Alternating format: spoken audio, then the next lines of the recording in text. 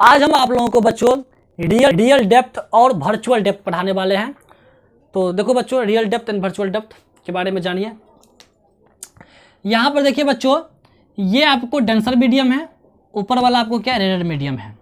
हम लोगों ने क्या किए, एक रे ऑफ लाइट लिए हैं और यहाँ पे एक नॉर्मल कंसीडर कर लिए हैं। जब कोई भी ray of light rarer medium से डेंसर मीडियम में आते हैं तो नॉर्मल की तरफ झुक जाती है ना, जबकि रे ऑफ लाइट को सीधी जाना चाहिए।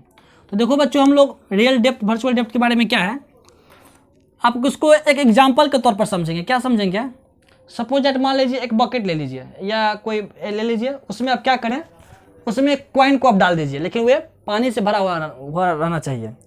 तो आपको ऐसा प्रतीत होगा, वो कॉइन जो है वो आपको ये उठा हुआ प्रतीत होगा, जबकि उसका रियल डेप्थ कुछ और होता है। लेकिन वे आपको कॉइन जो है आपको बाहर से देखने पे वे आपको ऊपर की तरफ उठा हुआ प्रतीत नजर आता है। कहने की तात्पर्य यह है, ये क्या क्यों होता है ऐसा, ये होता है आपको रिफ्लेक्शन के कारण। उसी प्रकार देखो बच्चों, यहाँ पर ये डेंसर मीडियम है, ये वाला मान लीजिए ये वाटर है। सपोज मान लीजिए यहाँ पर वाटर है, इस वाटर में क्या है बच्चों, ये कॉइन है और यहाँ पे जो है सो मेरा ये आँख है। ठीक है बच्चों, यहाँ पर आई है, यहाँ पर मेरा आई है। ठीक, तो हम लोग क्या देखते हैं, ओरिजिनल में इसका रियल डेप्थ ये एचओ है, इस कॉइन का रियल डेप्थ क्या एचओ है, लेकिन बाहर से हमको देखने में ये कॉइन आपको यहाँ पे नजर आता है। तो ये आपका रियल डेप्थ था और यहाँ पे इसका नाम दे दिए क्या हम लोग है ये बच्चों, ये एच आई दे दिए, मतलब ये height of image. H I का मतलब क्या होता है बच्चों, यहाँ पर साइड में लिख लीजिए। ये जो है सो इमेज हाइट है। क्या बच्चों, ये आपको इमेज हाइट है, ये आपको इमेज हाइट है। ठीक, और एच ओ बच्चों क्या है, ऑब्जेक्ट हाइट है। ये आपको क्या है, ऑब्जेक्ट हाइट है। ठीक है, यहाँ तक आपको समझ में आ गया। तो ये बाहर से आपको देखने में ये आपको दिखाई देगा जो ये यहाँ पे है, जबकि इसका ओरिजिनल हाइट यहाँ से आपको मेजरमेंट करेंगे, ये होता है एच ओ। ये ऑब्जेक्ट हाइट है, ये क्या बच्चों, इमेज हाइट है। तो ये आपको रिफ्लेक्शन के कारण होता है, क्योंकि इस रे ऑफ लाइट को जाना चाहिए सीधा, लेकिन जब ये नियम है, रूल है, क्या रूल है, जब कोई ray of light rarer medium से डेंसर मीडियम में जाती है तो नॉर्मल की तरफ झुक जाती है, और डेंसर मीडियम से रेडेड मीडियम में जाती है तो नॉर्मल से वे दूर चले जाती हुए हैं। ठीक है बच्चों, तो यहाँ तक आप लोग को समझ में आ गया होगा। ठीक है, अब इसका थ्योरी के बारे में हम लोग जानेंगे, समझेंगे। देखो बच्चों, ये एंगल आपको क्या पर है, आई, ये एंगल क्या आपको आई, और ये एंगल क्या कहलाएंगे, आर। और यहाँ तक तो आप जानते हैं, पता भी होगा, लेकिन यहाँ पर हम लोग क्या करते हैं, आई को आर ना दे करके यहाँ पर हम लोग लेट कर लेते हैं θ1, इसको हम लोग क्या कर लेते हैं θ2। कोई दिक्कत? यहाँ तक आप लोग को दिक्कत नहीं होगा। ठीक है, देखो बच्चों, ये लाइन और ये लाइन पैरेलल है, और जब ये लाइन आपको पैरेलल है तो अल्टरनेट एंगल इक्वल हो जाएगा, ये θ2 तो ये भी क्या हो जाएंगे आपको θ2। यहाँ तक आपको समझ में आया? यहाँ तक आपको समझ में आ गया होगा। और बच्चों यहाँ पर क्या देखेंगे, एक बात और, जो ये पूरा एंगल ध्यान से देखेंगे, ये पूरा एंगल देखो बच्चों, ये θ1 तो इसका अपोजिट एंगल इक्वल होते हैं, तो ये पूरा एंगल आपको क्या हो जाएंगे, θ1। ध्यान से, ये भी θ1, तो ये θ1। तो देखो बच्चों, ये लाइन पैरेलल है, तो ये पूरा θ1, तो ये भी आपको क्या कहलाएंगे, यहाँ पर है θ1 कहलाएंगे। ठीक, यहाँ तक आपको समझ में आ गया होगा। अब बच्चों हम लोग क्या करते हैं, याद रखेंगे, ये यहाँ पर 90 डिग्री ऐसे है, क्योंकि पूरा ये ऐसा करके ड्रॉ किया है। ठीक, लंबवत है, ये लाइन खींचे हुए हैं। अब देखो बच्चों, हम लोग क्या करते हैं, इसका कुछ नाम लेट कर लेते हैं, उसके बाद इसको थ्योरी के बारे में लोग जानेंगे। इसका नाम दे दीजिए ए बी सी, और इसका इस पॉइंट का नाम दे दीजिए डी, ऐसे करके दे दिए। हम लोग क्या करते हैं बच्चों, अब हम यहाँ पर लेते हैं in triangle A B D, पहले ए बी और डी में हम लोग यहाँ पर क्या लिख लें बच्चों, tan θ1। और tan θ1 बराबर tan θ1 क्या होता है, p बाई बी, तो थीटा के सामने होता है p, तो इसका वैल्यू यहाँ पर क्या बच्चों, ए डी, और सबसे बड़ा होता है h हाइपोटेन्यूस, उसके बाद जो बच जाता है वो बेस होता है, तो बेस यहाँ पर क्या बच्चों, यहाँ पर है एच आई। अच्छा, आपको हम पिछले लेक्चर में बताए थे, जो θ1 को आप लोग tan θ1 को क्या लिख सकते हैं, θ1, मतलब tan θ को थीटा और sin θ को सीटा, ये लिख सकते हैं। पिछले लेक्चर में बता चुके, आप लोग जा करके देख सकते हैं ना। तो यहाँ पर क्या होगा बच्चों, ए डी, नीचे में क्या हो जाएगा, एच आई। यहाँ तक आपको समझ में आ गया होगा। अब बच्चों हम लोग यहाँ पर क्या करते हैं, इन ट्रेंगल ए सी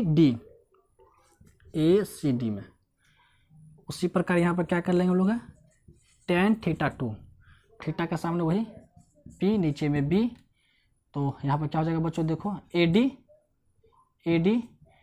और नीचे में क्या लिखेंगे बच्चों हम लोग ए सी, ए सी का जो हाइट कितना है बच्चों एच ओ, या टेन थीटा 2 को थीटा 2 लिख सकते हैं, ए डी नीचे में क्या हो जाएगा एच ओ। यहाँ तक आपको समझ में आया, यहाँ समझ में आ गया होगा। अब बच्चों यहाँ पे आप समझेंगे, आपको याद होगा स्नेल्स लॉ है ना, ये प्रीवियस लेक्चर में, पिछले लेक्चर में बताए थे आपका स्नेल्स लॉ क्या है सो है ना। तो ये स्नेल्स लॉ आपको याद होंगे, क्या होते हैं स्नेल्स लॉ, n2/n1 बराबर, याद होगा आपको, साइन आई नीचे में क्या लिखते हैं तुम लोग साइन आर, याद आ रहा है ना बच्चों। यहाँ पर लिख लो, ये जो है सो फर्स्ट मीडियम है, ये आपको सेकेंड मीडियम है ना, ये रिफ्रैक्टिव इंडेक्स फर्स्ट का है और सेकेंड का है, ये मान लो n1 है n2 है ना।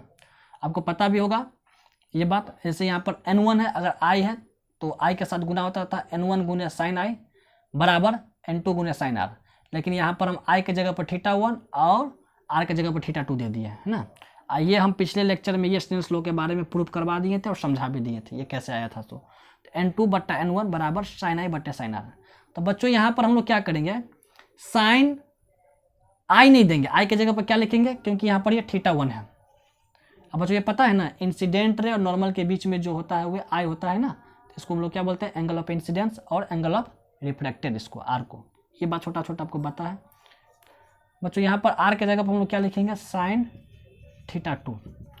अब ये बता दिए, जो साइन थीटा हो या टेन थीटा हो उसको आप थीटा में कन्वर्ट करके इसके इक्वल टू में लिख सकते हैं। तो साइन θ1 को हम लोग क्या लिखेंगे θ1 और साइन θ2 को हम लोग क्या लिखेंगे θ2। आगे चला n2/n1 θ1 और θ2। तो देखो बच्चे θ1 का वैल्यू यहाँ पर लिखे AD/HO, यहाँ पर लिखेंगे क्या AD/HI है, θ1 का AD/HI है, और θ2, तो θ2 के लिए क्या है बच्चों AD/HO। तो AD से AD कट जाएगा, बट्टा के बदला पलट जाएगा, तो बच्चों यहाँ पर क्या हो जाएगा HO/HI। यहाँ तक वो समझ में आ गया। देखो बच्चों यहाँ पर जबरदस्त कंसेप्ट आ गया। क्या जबरदस्त कंसेप्ट आ गया, जो n2/n1 बराबर क्या आ गया HO, नीचे में क्या हो गया HI। ये जबरदस्त कंसेप्ट है। अब यहाँ पर एक बात और आपको याद रखना है, यहाँ पर आप लोग देखें, अगर ऑब्जर्वर मतलब खुद जो व्यक्ति देखता है, अगर वह रेयर मीडियम में हो, किस मीडियम में हो, रेयर मीडियम में हो, रेयर मीडियम में हो, तो बच्चों एक बात आप याद रखेंगे, जो ऑब्जेक्ट का जो हाइट है बच्चों वे बड़ा होगा। देखो ना यहाँ पर जो ऑब्जेक्ट का हाइट क्या है बच्चों, यहाँ पर बड़ा है ना, मतलब HO बड़ा होगा क्या चीज़ से, HI से। कब, जब ऑब्जर्वर जो है HO बड़ा होगा HI से, और उसका फार्मूला भी यही भी है, कब, जब ऑब्जर्वर आपको रेयर मीडियम होगा तब। आपको ये बात याद रखेंगे ना।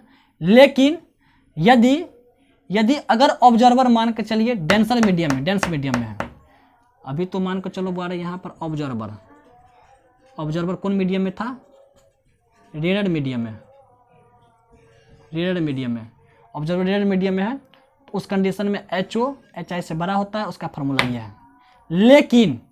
लेकिन अगर ऑब्जर्वर डेंसर मीडियम में है तब उसका फार्मूला बच्चों हम यहाँ पर कहाँ पर लिख दें, जगह तो है नहीं, चलो हाँ यहाँ पर लिख देते हैं। अगर ऑब्जर्वर जो है सो डेंसर मीडियम में, तब उसका फार्मूला क्या हो जाएगा, n2/n1 तो रहबे करेगा, लेकिन HI नीचे में HO, लेकिन उसमें याद रखेंगे HI बड़ा होगा HO से, HI बड़ा होगा।